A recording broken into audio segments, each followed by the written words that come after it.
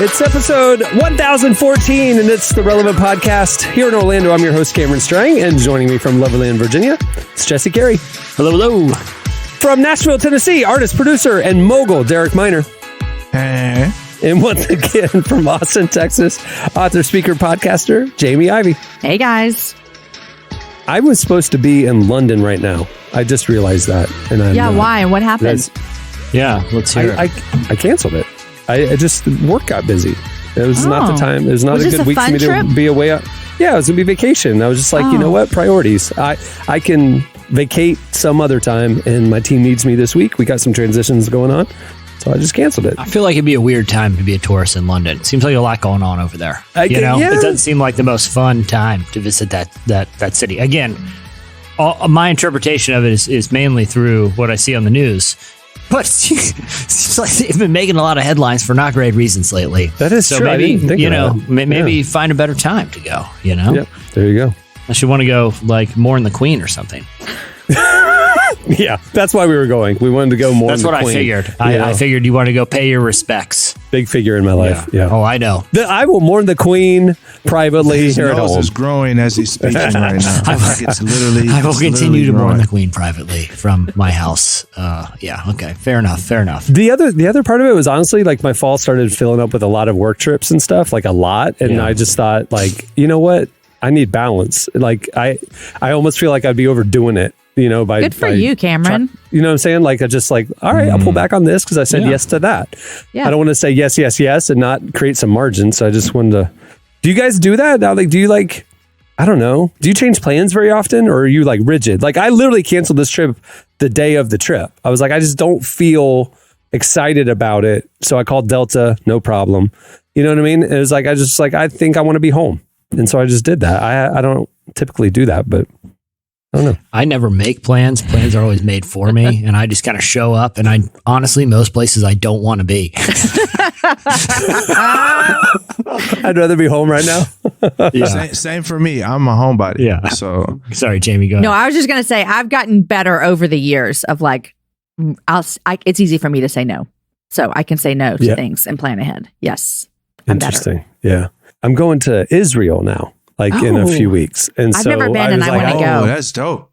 Really? Oh, wow. Yeah, I think this will be like, we might have an opportunity to take the cast next year. Like that's kind of what I'm going to scout out a potential podcast trip. So more on that later. Ooh, I like that. All right.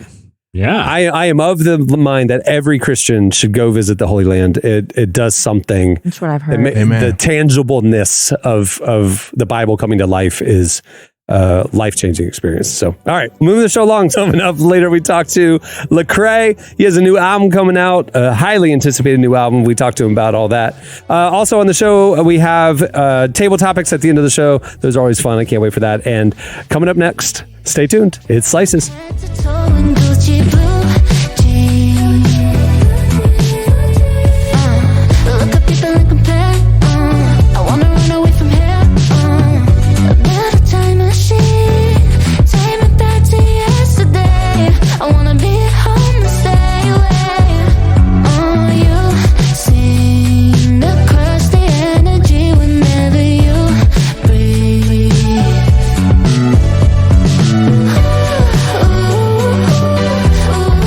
You're listening to Illy. The song is Too Cool to Be Somebody, but it's spelled with the twos, like too legit to quit. Too cool to be somebody. Yeah. There you go, Illy. Well, today's show is brought to you by Christian Healthcare Ministries. If you're tired of feeling tied down by healthcare costs or want to pursue your God-given purpose, discover the Christian Healthcare Ministries difference. As the nation's first and longest-serving health cost-sharing ministry, CHM equips you to pursue excellence in healthcare while serving fellow brothers and sisters in Christ. With the flexibility to pick your providers, stick to your budget, and pursue your faith-based values, you can plan for the future with peace. Join a community of believers who bear each other's burdens. Learn more at chministries.org. You can sign up right now. Open enrollment is right now. Go check it out and find out all the information at chministries.org. Okay, it's time for Slices. What do you have, Jesse? So if you were out on the streets this week, on the big night, on Halloween, you may have noticed just, a percentage more people out there. Part of the reason is because, according to research, pastors are getting, more chill about encouraging their congregants to not participate in the holiday. Back in 2016, 12% of pastors said that they were actively discouraging their church members from participating in the holiday.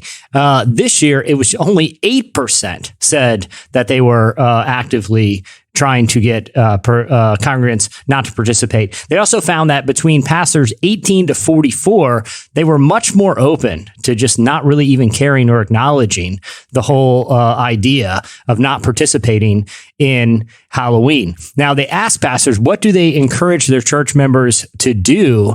58%, so 71% said they encouraged to invite people to like a Halloween alternative. 34% said that they wanted them to hand out gospel tracts to trick-or-treaters. In other words, an invitation to get your house egged. Do it. Don't do it. Exactly.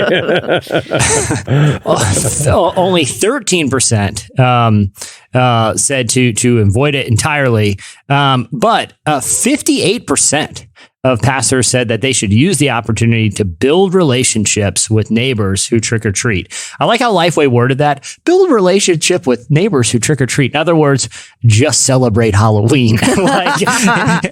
Just be a normal house. Yeah. Right. Yeah, exactly. Just celebrate just like everyone else and don't be a weirdo is what more than half of the pastors are actively doing right now. So I thought this was interesting, especially in an era where I feel like the stakes in the culture wars have seemed to be rising significantly with the issues, especially around Twitter, and kind of look at a lot of the debates that are going on around politics and social issues. It is interesting that they're kind of saying, well, some of these issues that seem to be a big deal in the past aren't really that big deal anymore. Are you guys observing that? I feel like Halloween just isn't that, it doesn't seem like churches are really sweating it these days. Well, I thought of that when you said the stat, because the last one was from 2016. And I'm like, a lot of things have happened in our country since 2016. And so I think pastors are like, let's bring down the Halloween, the anti-Halloween, hopefully, and focus on other things, because there's been a lot of things that have happened since 2016 that are more important than Halloween. I also saw a stat this year that said, this is before Halloween, that said the majority of American households were not going to hand out candy this year, 52%. And while like 13 or 14% of the or maybe a quarter of the of those people said it was inflation, like candy was too expensive, a big chunk was still religious, like we don't celebrate Halloween, so we turn the lights off and we don't hand it out. So, I mean, there's still a good chunk of Americans that definitely were, along the lines of like, no, we're not going to encourage this. I had a family in my neighborhood that would not only turn the lights off, they would put really judgy signs on their door. Like, if you're coming up here to get candy, this is a Christian home. How dare you step foot and with your Satan stuff, So wait a minute. You're telling me there's a holiday that lets you actively love your neighbors by giving them gifts and showing their children and their families a good time. And you want to celebrate that? Come on now, heathens. Well, it's officially behind us. We don't have to worry about it for another year. Yeah, exactly. But if you did notice more people, maybe it's just because that's right, a lot of churches are, like I said, getting a little more chill. It's about time. All right. What do you have, Jamie? Well, I have something that I found very interesting that you guys are reporting on at Relevant. And I don't know if you guys are like me, but when COVID-19 hit and then we started getting vaccines and several different vaccines, did anyone ever think like, wow, they developed a vaccine in like months? There are a million other things that we are plagued with health-wise. Why do we not have vaccines for that? Did y'all ever think that? I didn't, but you're right. Yeah. I mean, where there's a will, there's a way. That's like what this I is found a pandemic. myself thinking. They got that pretty quick in relative speaking. And so BioNTech founders believe that cancer vaccine will be ready by 2030. I mean, that's around the corner. The cancer vaccine. Yes. Wow. So they say that these researchers say that a cure for cancer is still in the way, but in the meantime, a cancer vaccine could be the key to preventing cancer from a patient. And basically, the couple behind the Pfizer BioNTech COVID-19 vaccine, they had been hard at work studying cancer and trying to find a cure and preventative measures. And then COVID hit. And so they switched their to that, and they produced a vaccine there, which that was quick, right? So they're still working on it. And they said that the development of several COVID vaccines in record time showed the possibilities of this mRNA vaccine technology, which could one day become an effective treatment to help beat cancer. So they're just saying, hey, it's out there. The science is working on it. There's still a long way to go before it's officially on the market. But there's also, they're not saying like a vaccine that prevents all kind of cancer. Like that's a ways off. Yeah. But they're still working to determine. It's for a specific, they're talking it's for a limited kind of cancer? Yeah. Well, they're working to determine what makes someone susceptible to cancer in the first place. So they're still working on that. And then they're working on what kind of vaccine could prevent that if you were susceptible to it. I think it's very interesting. And when COVID vaccines started coming out, I was like, well, this is great, but we've been battling things forever. Let's see if we can get a vaccine for that. So. Well, but I'm not a scientist by any stretch, but my understanding was that vaccines are more for diseases like viruses and polio. It's like a deterrent. Like cancer is a mutation of cells inside your body. I would have thought that's a different kind of thing. Like there's not a vaccine for like breaking your arm. You know, right. I'm just trying to wrap my head around that. Again, maybe I don't know. That's interesting. I mean, if they're saying it, they're working on it, but they're working on it. Yeah, that is interesting. All right, what do you have, Derek? So for 8 years in a row, 8, count them up, 1, 2, 3, 4, 5, 6, 7, 8 years in a row, Chick-fil-A is the choice among teenagers for fast food restaurants. Obviously. They got good taste. And it just goes to show when you pray over your chicken and you fry it, good things happen. So even if the lines are long for no reason, they're in the most odd places in the world, teenagers love Chick-fil-A. Do you want me to tell you why I think this is surprising? Like we all love Chick-fil-A, and I'm a grown woman, in her 40s. I love Chick-fil-A. Mm-hmm. I think it's surprising to me is because Chick-fil-A is not cheap. And so I would have thought that teenagers' favorite fast food would have been something that was a little less costly. Taco Bell. Yeah. Something that like, I don't want to eat Taco Bell. I don't want to eat Jack in the Box. But I would have thought teenagers who don't have a bunch of income, that's what I would have thought. But I'm happy for Chick-fil-A. I love that Christian chicken. Mm-hmm. I have a theory, and it has to do with the price point too. But you see this with In-N-Out. In-N-Out always like ranks highly too.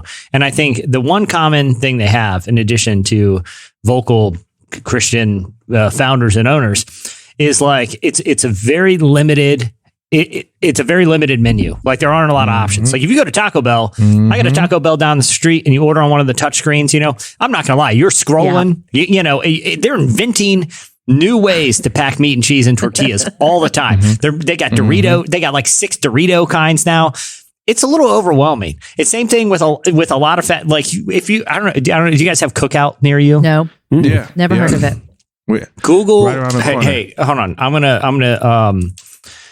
I just Cookout is literally a cookout. Yeah, I mean, it's if you look at the Cookout menu though, it is insane. I mean, it almost looks like parody. Like when you pull up to the, I'm going to send you guys. It's like the Cheesecake Factory where there's like a million things to eat. Yeah, opposite. No, it's worse. I'll put it this way: you can get a burger. And you can get a burger, and for a side, you can get a hot dog and a quesadilla. Check out the link I just dropped in that chat. That's a literal fast food place menu called Cookout. That's a lot. I mean, it is so overwhelming. But here's the thing with Chick-fil-A and In-N-Out. It's like it's what 1, 2, 3, 4, right? Like you get a chicken sandwich, chicken tenders, or like with In-N-Out, you get the burger one way with cheese, or you get it without. It's sort of like. It's almost like the supreme of fast food. You know what I mean? Like it's a degree of like the, not so much like scarcity, but a very kind of limited, you have limited options, right? Yeah, it's premium price too. Premium price, a scarcity model. And I don't just think it's with teenagers. I just think human nature, especially in kind of the digital age, is we're so inundated with having to make decisions all the time, right? Like we can have whatever we want. I mean, we have app stores and, you know, music stores and podcast catalogs all on our phone. I think sometimes just the limited menu and the premium price point, not just when it comes to streetwear drops and things like that, but when it comes to just, hey, it limits my ability to have to make another decision. I think that kind of plays into it too. easy. This is insane. The cookout menu. You really can get a double burger with 2 sides of a corn dog and a walking taco. You can get a corn dog, taco, and burger as a meal. It's madness. And it's cheap. And they have a drink size called Huge Tea. It's just huge. Hey, Cameron, look at the prices. This has to be old. crazy. Inflation cannot keep up with these prices. Bro, you remember that water bottle we was cooking you for? Yeah. Like, it's literally right over that there. big. It's That's like insane. this. Like, it's crazy. That's insane. I saw these when we drove up to Virginia Beach. We saw signs on the interstate for cookout coming up and stuff. And I was like, Jesse, what is that? And he's like, dude, we eat there every week. It's so good. Dude, It's like, I mean, they give you a bag and you got like 40 things in it, from like cheeseburgers to quesadillas to like weird Butterfinger milkshakes to, chicken sandwiches.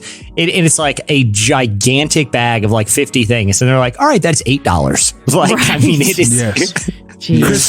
crispy chicken wraps, or you can get a Cajun wrap for $1.85. Like, it's a meal. There's a ton of stuff for 99 I don't know cents. how they're making it. I'm convinced it's some sort of money laundering, because I have no idea how they're making money. I mean, you literally can get a burger for $1.99. Who sells burgers for $1.99 anymore? That's insane. Good for them. Yeah. Inflation proof. All right. Well, that'll do it for Slices. Stay tuned. Up next, Lecrae joins us. Turn the lights on. Find me a narrative. Something positive. It's written and played a few times before. I heard it once, so I'm not sure. On the phone, I told you. Why open your eyes, or go to bed. Drive straight to the ocean. I'll see where we won't find out. Even the righteous beheading loved ones.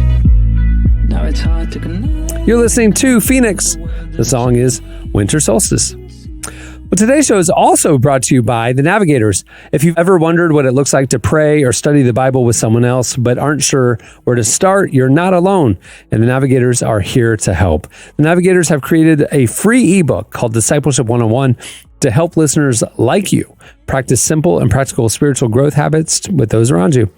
Through Discipleship 101, the ebook will show you how to discover the unique ways you've already been equipped to help others grow in Christ.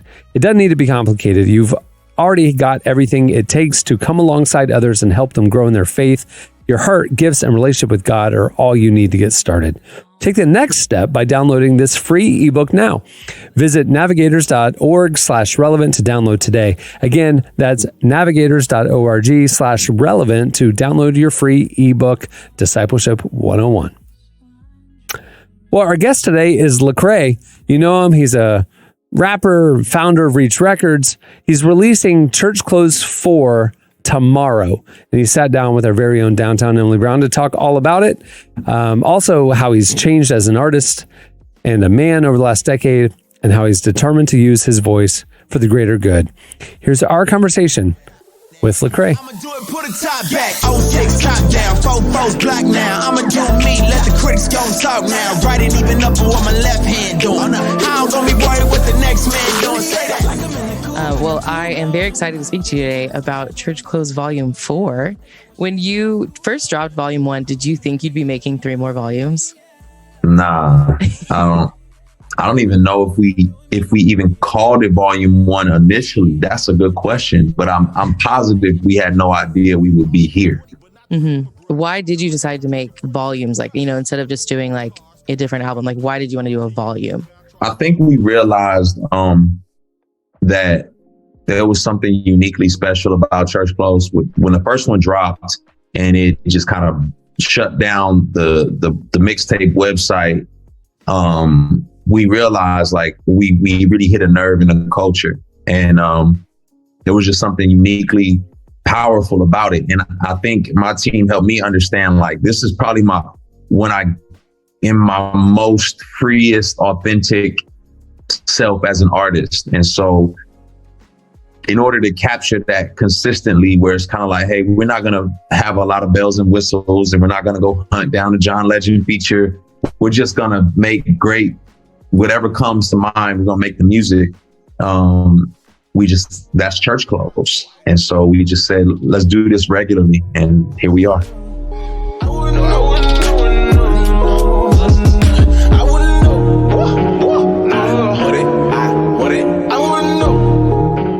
do want to say I have always appreciated how you have been so authentic and so honest, both as an artist and as a human. I really appreciate it, and I want to acknowledge that. But I'd also love to know, how do you stay true to yourself? Because I think that is something that everybody struggles with. So if you feel comfortable, I'd love to hear kind of what's the secret to it. Yeah. I think a lot of it has to do with having good friends, right? Like, and my friends are very thoughtful, very caring, and it's taking time to cultivate those relationships. But, you know, we'll sit around and, you know, have conversations or studies, and they'll make it a point to say, hey, I want to celebrate this aspect of you, because everyone's always celebrating your music and your accolades, but there's other aspects of you outside of music that I think you need to know we see and we appreciate. And that challenges me to be my real self, because there's people who see those sides of me and who value them. And so I don't have to worry when the rest of the world can't see the nuance and can't appreciate it, or comes at me sideways because of something, because there are people who see me on a regular basis, and they, you know, they're comfortable sharing with me, like, we don't like this, or they're comfortable sharing with me, like, this is a good character quality. And those are the voices that really matter. So it helps me to just stay on point. They tired of waiting, they bragging, they in the building. Ain't building nothing, we out here building the children. You know I love them, boy. Spit it how I live, feel it in my breath. Walk it like I talk. I would love to talk to you about your single, Spread the Ops. I really love it. It's a very bold statement. And I love the message, so I think it's so important. So I'd love to know, like, why did you choose that one as the lead single for this? Yeah, we chose Spread the Ops for a lot of different reasons. One, because we felt like, you know, just in all honesty, it was the most, like, probably accessible in terms of, like, music and message combined. It was kind of current with where the state of the sonics of hip hop music is right now. But then it was also jarring in some senses, to where people had to kind of wrestle with some things, like some of these lines that are being said. And in the video, of course, where we're just tackling some tough cultural things. And I think that was important, just to set the precedence and to set the stage, because there's some fans who just want quality music. Yeah, I like quality music, but there's some fans who want the underlying deeper nuance that I want to offer. And I felt like this was the perfect combination. Because on Church Close 4, there's songs that are just straight up, like, man, challenging musically. But then there's other songs that, you know, sound amazing, but maybe the message is not as nuanced and I don't know, meaty. So this was the perfect combination where people can wrestle with it.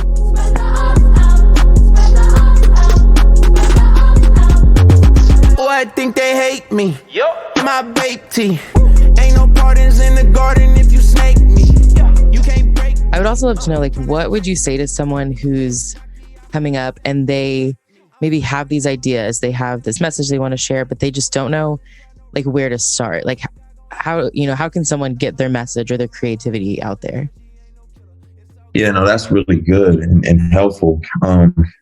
One, I would say, you know, begin. You just got to begin, right? You got to begin crafting. And it's probably not going to be the greatest thing you ever made. Like, that's just the reality of it. Whether you're writing or whatever kind of art or creativity you are expressing, you got to do it. You know, my philosophy is every song that I write needs to be written. They may not all need to be recorded, but they all need to be written, because I need to get that out. And I would just tell a creative, like, man, go for it, push yourself, and study the craft of other people who do it well, even if you don't share their worldview. And don't worry about being boxed in or pigeonholed. Like, create a new picture of what it can look like for a believer to make great art.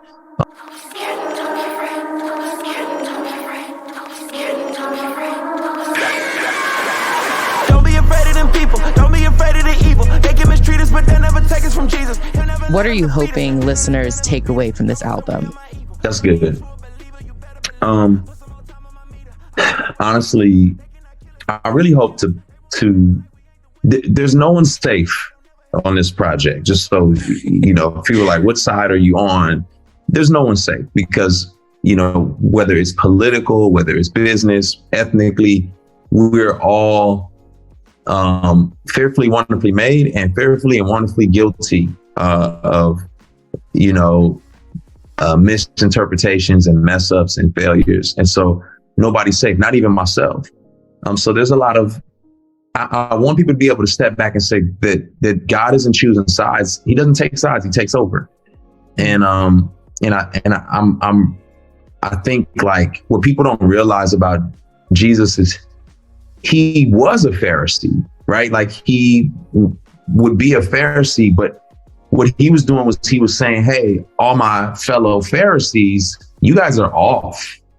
And you've heard it said, but I say, and I think that's what I'm trying to do is I'm trying to say, hey, my fellow brothers and sisters, y'all are off and we all are. There's no conservative savior. There's no liberal or progressive savior.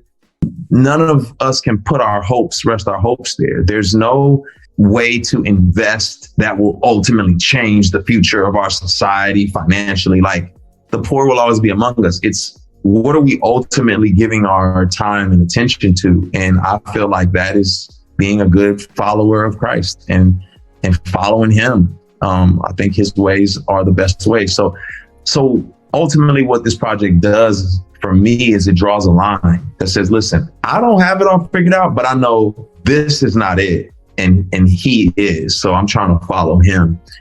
And hopefully that's what people will walk away with.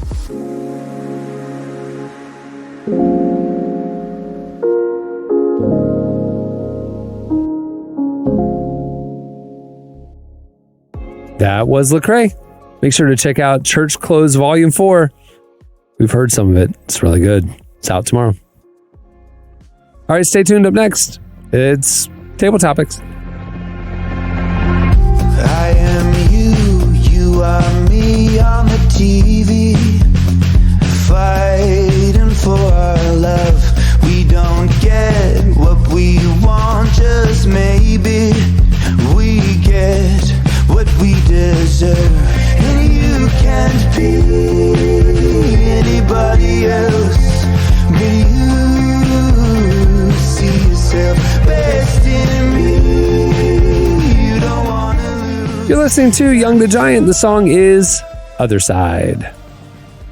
Well, today's show is also brought to you by He Gets Us, a national campaign sharing a fresh perspective on the story of Jesus. Why? Because the story of Jesus has been obscured. His name has been used to harm and heal, to unite and divide. But how Jesus actually lived is not at all convoluted. He loved radically. He suffered deeply. He'll always put others first. And He Gets Us is telling that story to anyone who will listen. As Christians, you know the story and you know how powerful it is, but you also know it can be hard to tell it in a way that gets people's attention. Well, this campaign has developed a platform to do just that, to share the story of Jesus on national television and individual phone screens, and it's working. It has over 315 million views on YouTube alone, not to mention Facebook, Instagram, the broadcast networks, and so much more. Huge reach, huge campaign. I saw billboards in Times Square. Crazy. And it's just a start. Visit HeGetsUsPartners.com to learn more. There's resources. We might have made some. There's information about the team behind it and a ton of ways to get involved. And if you haven't seen it, check out HeGetsUs.com to see it for yourself. It's pretty awesome. All right. Well, this is where we normally have our games. As you guys know, Tyler Huckabee, our longtime friend and coworker, has moved on to new endeavors. So we don't have a Tyler game today. We will be transitioning to we've been having some meetings. We got some ideas cooking for a bunch of fun segments that we're going to start rolling out. But this week, we're going to do a little get to know you with the cast. The whole cast is back. We've thought it'd be, it's fall. We're settling in. Let's just have a little convo. It's a little table topics. Just little icebreakers. So here we go. No particular order. I just grabbed my stack of Table Topics cards. This is funny. If you heard last week's episode, just happens to be the first question. Have you ever been bullied? Have you ever been bullied? We know Jesse has by a bunch of 9-year-olds. I'm going to take a hard pass. I'll tee that up to you guys. I don't want to revisit my trauma. Is it bullying though if you're bullied by 9-year-olds? Is it? Yes. Yes, Jamie. Oh, okay. Yes, Jamie, it is. It's bullying for sure. You have all the power though. You're the grown man. You would think they have more power. Okay. They have way more power. They have way more because you can't do anything back. Okay, you might be right. Yeah, he's not getting physically bullied. He's getting verbally bullied by these 9-year-olds. Even if I was getting physical bullied, I can't fight back. You can just hold them. You can hold the top of their forehead with your hand fully extended and keep them away. Kids these days like watch MMA and stuff. Like they know moves that I don't even know. They can armbar you. Some 8-year-old right now can armbar you. I guarantee it. We fighting. You put your hands on me, we fighting. No, but that's the thing. That's kid. Even 8-9-year-olds are watching World Star videos. They know moves, man. They know what to do. They know exactly what to do. They grew up on this, man. We grew up on Scooby-Doo fights. They grew up real deal. Derek, you ever been bullied? Definitely, yeah, for sure. Well, like what? Any funny stories or just trauma stories? Nah, all traumatic. All traumatic. Okay, never mind. All traumatic. Yeah. All right, here you go. All traumatic. Next question. Let's move on from the trauma. This is another trauma question. What's the most embarrassing thing that ever happened to you while playing a sport? One time I was playing a sport and my team won by too many points. I don't have an embarrassing sports story, but I mean, performing is similar. I mean, you're working out, so sure. It's very similar to that. So I was in Houston. It's probably 4,000 people at this event, and I'm performing, and my pants literally split right down the middle. Just everything's just out in the open. Everybody on the front row saw everything. Front or back? Front or back?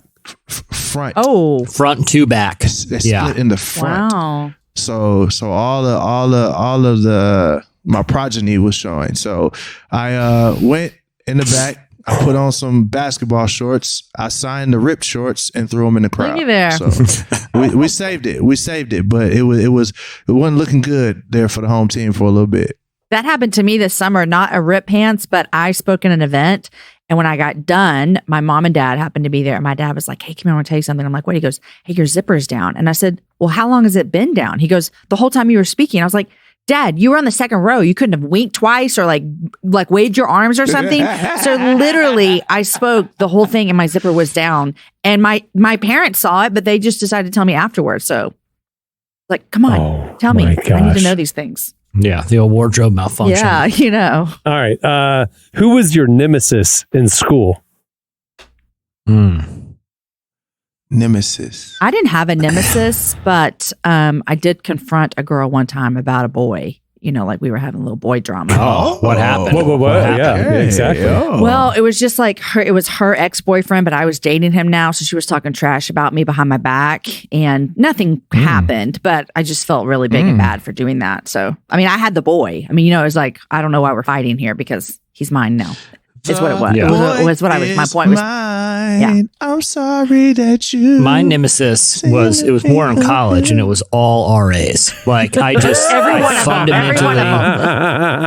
fundamentally like disagreed with the RA, just the institution of resident advisors. You know, they were just dorm fund police in my mind, and they were selling their soul and selling out their dorm mates for a little scholarship money. I just didn't appreciate that. I still don't. If you're an RA or a former RA, to this day, we got beef. I'm sorry. We do. You made your life decisions. I made mine. You fundamentally have an ethical issue with somebody receiving scholarship money to narc on their friends. That's basically what you're saying. Precisely, Cameron. You're just saying you're just wearing it on your sleeve that you're selling out. You know what I mean? Like, I know you'll sell me out. That's you're getting scholarship money for this. I just had a fundamental issue with that whole institution, you know? Didn't you do stuff to RAs though? Didn't you We tried to break them. We tried to break them their first week. I mean, sometimes, not gonna lie, I went too far. Like it went from you know, do you think that might be the reason why they tried to narc on you? It was a preemptive strike, Derek. I mean, Jesse drew the battle lines. The guy could be a really nice guy, like just would have been a great RA, but Jesse just came in, you know, guns blazing, basically. Just made him the enemy from day one. That's right. We have to see how you're going to take this. You know what I mean? We have to. This is trial by fire, night one. What did you tell? Come on, what did you do? Like, what were some of the things y'all did to roast your look, RAs? some of it was some of it was like we would have like a wing outing, you know? Yeah. And then during that, and it was like a big group event, but we would all make a pact to do something that was way against the rules, you know, like, and we if he did it with us, we knew he was cool. Oh, if yeah, he it was a didn't, test. we were going to have issues. Yeah. Yeah. Like we scaled, like you could look it up online if someone wants to see it, but they're, the campus of Oral Roberts University, where I went, and Cameron went as well, has this giant sculpture of praying hands, right? So we had an outing and we brought climbing equipment and everyone had to scale it, you know, at least get up to the base. If you could reach a knuckle. 30 feet tall, bronze statue. It's like if a you could world reach record, a knuckle. huge bronze statue. Yeah. But if the RA is going to bail and go tell on us, we knew he wasn't cool. So part of it was just, can we peer pressure him into breaking the rules and risking his scholarship? Part of it was just, you know, the standard stuff, just duct taping them into the room. You know, wait, what does that mean? Hold on. He's in the room and you duct tape him to the chair, or you duct tape his door shut? His door shut. Okay. So, but he's on the inside, so he doesn't know why the door's not opening. You know, dude, you'd be surprised. A 6 roll of duct tape, you can duct tape a grown man into a room. It's duct tape is very strong. Duct tape is very, very strong. Yeah, I mean, just little stuff like, hiding sound machines and stuff in the room to make them think the room's haunted. Just like little degrees of psychological tests. If you pass the test, we're going to be cool. If you fail them, we're going to have an issue. So my only nemesis was every single RA that ever lived. Did you break any of them? Every single one. Did you have any move off your floor? Yeah, we did too. Yeah. I mean, I made one cry one time, and I felt bad about that. Oh, Jesse, you made a person cry. I didn't, but he did cry. I saw what happened. Listen, that wasn't fun. What happened? I don't even want to go there because I'm just saying some pranks cross the line. Okay. From Jesse there Carey are things saying that. Yeah. You can put things in a microwave that smell very bad and crank it to 10 minutes and just walk away. And there's no coming back from it. That room has permeated that smell's permeated the walls. And now you're going to need a fresh coat of paint. Kids pick on you today. It's called karma, man. What goes around comes around. It's coming back. You give it, you're going to receive it. Oh, man. I'm not an RA, okay? I'm not an RA. I would you're never an authority be. figure. You're just a baseball coach. Yeah, you're a baseball RA. I'm not narking on kids. I'm telling them when to steal second. I'm telling them when to steal things, Cameron. That's a cool thing. It's karma. I'm not enforcing the rules. I'm telling them to steal bases, get aggressive, to do cool rebellious stuff like that. And they're punking me from a whole bleacher full of stranger parents who are laughing. It's called I mean, dude, you showed up wearing green and black shoes. You asked for it. All right. We're the green team, dude. We're the green team. There you go. That makes sense. Okay. Good for you. All right. Who are your role models? A little different. R.I.P. Steve Irwin, crocodile hunter. What a legend. Steve Irwin? He was your role model? Dude, that guy seems like, real talk, he seemed like he never had a bad day in his life. You know? We had one bad day. Every time he's... I'm sorry. Take that out. He had one bad day. No, we're leaving it in. We're leaving it in. First off, how dare you, Jamie? That's my role model. So hard pass on, you know what? delete. I'm sorry.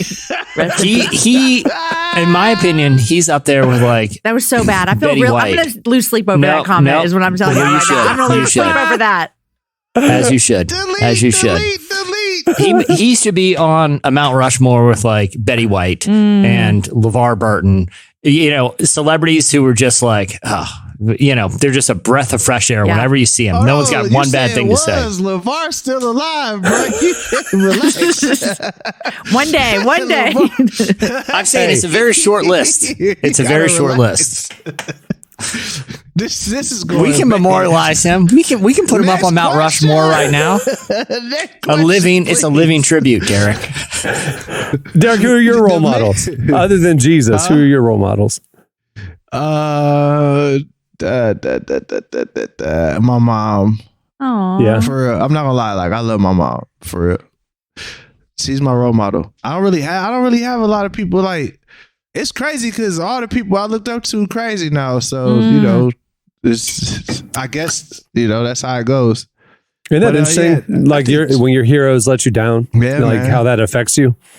Yeah, and then too, I think. Let's see. I'm trying to think. There's a couple people that even when you think about like church and all of that, like there's been a lot of the craziness that you just like, dang, I thought that guy was, a role model, but not so much. But here's what I will say though. I guess I'll say this about the role model thing. You learn things from people in seasons. So I'll put that. But the person that I've been like, been solid from the beginning is moms. But everybody else outside of moms, I'm like, hey, I'm going to learn what I can learn while I'm here. And that's that. Smart. All right. Yeah. What are you afraid of at 3 a.m.? Jeffrey Dahmer coming into my house. Are you for real? Are you asking me if I'm for real?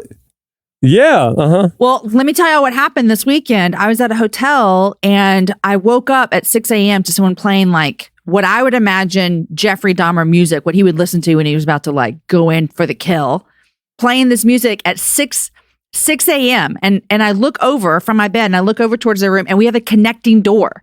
In the hotel where they have the connecting door. So mine's locked, but I full on imagined this person tearing down that door, coming in to kill me. So that was my fear at 6 a.m. in the morning. But mine. So just murder in general. Just murder in general. 3 a.m. Did you watch the Dahmer documentary? No, but people in my family have, so I'm aware of it. Intruder for me, definitely. Intruder. I'm not even worried about something happening to me. I'm worried that I might get blood on my walls when I shoot them. So, wow. Like, that's really kind of the thing. I just don't want to be in that kind of scenario where I have to hurt somebody. I was going to say mine is that I forgot to set the coffee before bed, and I got to do that in the morning because that's always a pain. I really like to have a hot cup waiting for me. So, but yeah, I get. So Jamie is being murdered. Derek's is murdering, and yours is forgetting to set the coffee timer. I love it. Yeah, because it's a real hassle. No one wants to get up and be like, I got to make my own coffee. I'm just gonna stay in bed. I'm calling in. I'm calling in. Coffee. The whole experience of grinding, weighing the beans out, grinding them. Oh my gosh, this is like homework. Machine. Jesse, a couple weeks ago, Aaron was setting the coffee before Sunday morning, so he was like setting it on the thing, and then the coffee pot was in the dishwasher. So I said, "Don't worry, I'll put it in before I go to bed," because he goes to bed before me on Saturday nights because he's a pastor. So I was like, "Don't worry, I'll put it in." I woke up in the morning and there was coffee all over the counter, the floor. He had thrown towels on it, but I didn't have time because I never put the pot in. And so like that coffee brewed, but there was no pot. And so it was everywhere. Oh man. Party foul. That was a big party foul by me. Time out. First of all, I didn't know that people do that. Like, yeah. I didn't either. Set the coffee the night before? It takes like a minute. So the idea is to wake up to fresh coffee brewing. It's kind of like a wake up thing. Yeah, you set you set the timer. You set the timer for like 10 minutes before your alarm. So all you have to do is walk in and hot coffee's waiting there. I don't have to go do, a chemistry experiment first thing in the morning while the gears are turning, or just kind of waking up. If I don't have it ready for me, it ruins my whole morning. So you're talking. You guys have the carafe, like big pot of coffee, sort of coffee maker. Okay, yeah. I don't have one of those. So. No, this is this old school like coffee mate. Yeah, just got a timer. Yeah, that's what I'm saying. But you're making one cup, Cameron. That's a carafe, like a. Yeah. I inherited the offices when we were remote. I inherited the offices really, really, really nice Italian espresso super automatic machine. And so like, it's a one button. It's just one button. Got it. And I'm like, I want a latte. I want a cappuccino. It grinds the beans. It foams the milk. It does everything. I just set a cup in, hit a button. I'm good. So no, Cameron's that Cameron's machine is not one button. That you need an engineering degree to operate this thing. It's got about 50 buttons. The one that used to be in the office, that one, it's got like 50 buttons, but none of them are clear. They're just weird German signals. No, it's like one with like Italian. a hand. No, it's like in Italian. It's an Italian espresso machine. And it's like, what is the hand and smoke bean? And then it's like a bean. And then like a bean split in two with like an exclamation point. You're like, what am I supposed to do with this information? That is the strength of the espresso grind. You go, mild to strong. Do you disagree with me? It is at least 50 buttons, and they're all covered in bizarre German symbols. It's like Italian. Okay, it's like looking at emoji hieroglyphics trying to operate this thing. That's what it is. It's like it's like emojis that you can send. And it's like, I'm supposed to ascertain. I just want a cup of coffee here, man. I don't want to have to get out the decoding book. It comes with it literally comes with like a decoding book. The top left button is CAFFE, coffee in Italian. You just hit that one button and a hot cup of coffee comes out. That's all you got to do. The only thing about Cameron's machine is if it goes down. Like, I remember when I was staying at Cameron's machine, and there's like, it didn't make coffee. And I was like, what happens? And it was all these alerts. And I'm like, I don't think I can afford it if it's broke. You have to fly in a repairman from Italy. Shut up. No, about every 3 days, it'll do the alert and it'll say, hey, the grind cup is full. So you just empty it and then it resets and you're good to go. So it doesn't like, you know what I'm saying? Because once it grinds the beans and brews it has to go somewhere. Listen, as soon as you take the master class on how to operate this thing, it's super easy after that. It's so easy. And then you just got to dedicate about an hour and a half a week to cleaning, maintenance, and programming. And you're going to get a cup of coffee for at least 4 of the 7 days a week. I will give you the fact that you do need to be trained in basic Italian and you do need to maintain it every once in a while. It's like owning a boat. It's like if someone buys a boat. They're like, man, the boat's gonna be great. Let's check out this boat, man. And you're like, dude, I'm doing nothing but maintaining this thing. It's the old saying, the 2 happiest days of a boat owner's life is the day they buy it and the day they sell it. I think of that coffee machine the same way. Like, It's the boat ownership of coffee machines. It's a lot more work than you're thinking, and it's going to be a lot more expensive. It's going to break all the time. That's okay. I'm done. Hasn't broken once in 3 years. All right, here we go. Last question. What one thing would you want to do most if you had all the money in the world? For me, I'd buy the Orlando Magic. I'd make them an offer they couldn't refuse. Mine is easy. I would travel with people that I loved. Like, just bring people on trips all the time. Like. Would you buy a plane?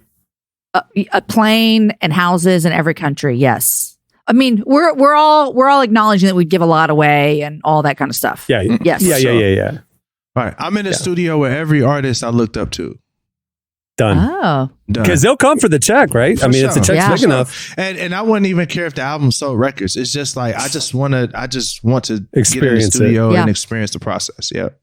That's what I would. It's cool. I would hang out with people and I'd be like, hey, have you ever had an idea for like a crazy movie? I feel like I'm always in conversations like, man, you want to be a cool movie? That would make a cool movie. And I'd just be like, done. Here's a blank check. Go make it. Go hire Martin Scorsese. And I would just make as many super high budget, terrible movies as possible. And well, you know what? That's actually kind of what Netflix is doing. So I was going to say, you're describing the Netflix model up until this year. I would show your movies on my plane. That's what I would do. I would show your movies on my plane. Thank you. That's perfect. All right. Well, that was fun. That'll do it for Table Topics. Well, before we wrap things up, I want to thank Lecrae for joining us. Make sure to check out Church Clothes Volume 4. It's available tomorrow. Don't want to miss that. Also, head over to relevantmagazine.com to check out our awesome fall digital issue. It's available for free thanks to our presenting sponsor, He Gets Us. There's incredible conversations with MIA, the cast of Amazon's The Rings of Power, Tycho, N.T. Wright, so much more. If you're a Relevant Plus subscriber, make sure to check out your enhanced digital version of the magazine too. It's available in your account page. You can just click right there. And it's perfectly and beautifully designed for tablets, phone, desktop, and more. If you haven't signed up for Relevant Plus, make sure to. It's the best way to experience our content. You get unlimited ad-free reading at relevantmagazine.com. You get this podcast ad-free, an exclusive subscriber podcast, the digital issue, like I mentioned. Plans start at just $250 a month. Go check it out. We think you'll like it. Also, while you're at the site, make sure to check out our weekday devotional series, Deeper Walk. It's presented by Lumo. There's a morning devotional email you can sign up for, or you can just check out that day's post in the faith section right there at relevantmagazine.com. Okay, on that note, we'll wrap things up. I'm Cameron Strang. I'm Jesse Carey. I'm Jamie Ivey, and if it stayed in, I apologize for the entire Irwin family. That's what I'd like to say. You know what would be funnier? Is if he took it out and we left that in. So, like, wait, what did she say about the Irwins? All of them. Hey, not on their Jamie, on their behalf, not accepted.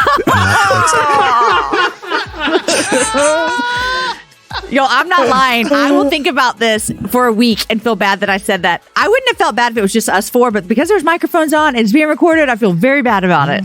All right, Jason, take it out, bro. Nope. No. I'm Derek Miner, and I'm having a blast.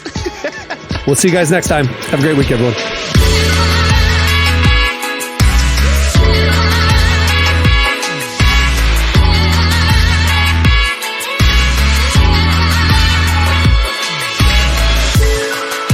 Thanks for listening to the Relevant Podcast. Check out our features, interviews, and news updates every day at relevantmagazine.com. And make sure to follow Relevant on Facebook, Twitter, and Instagram for the latest. For more great podcasts, browse the shows on the Relevant Podcast Network, which you can find at our site. And while you're there, don't miss the all-new era of Relevant Magazine. A new issue releases every other month at relevantmagazine.com.